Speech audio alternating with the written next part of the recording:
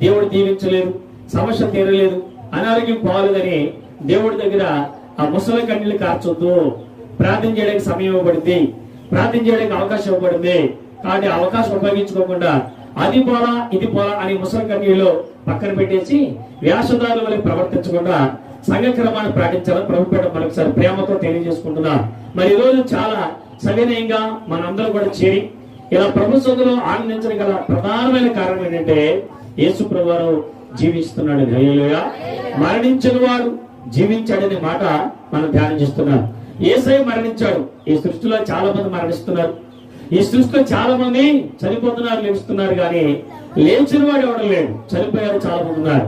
మన పితరులు చనిపోయారు, మన బంధువులు చనిపోయారు, మన స్నేహితులు చనిపోయారు, మన అనుకునే వారు చాలా మంది లోకాన్ని విడిచిపోయారు.